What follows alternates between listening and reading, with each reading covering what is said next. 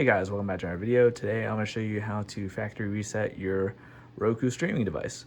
Okay, so when you have it on, all you have to do is scroll down to the very bottom until you reach settings. So click on settings, and from here you're going to scroll until you see system.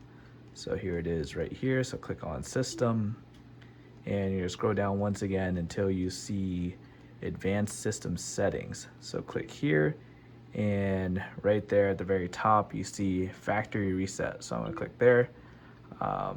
Please enter whatever code, so 8009. Obviously you'll have a different code.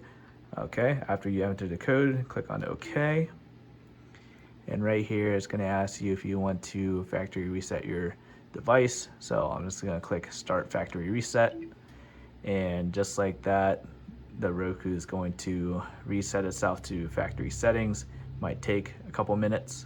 And side note, if you don't have your remote control, you could always just hold the factory reset button at the very back.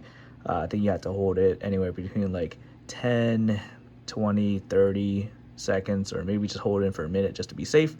But there is a factory reset button right at the very back as well. And just like that, my Roku streaming device has been reset to factory settings. If this video helped you out, be sure to hit that like button. Thank you guys for watching. I'll see you guys later.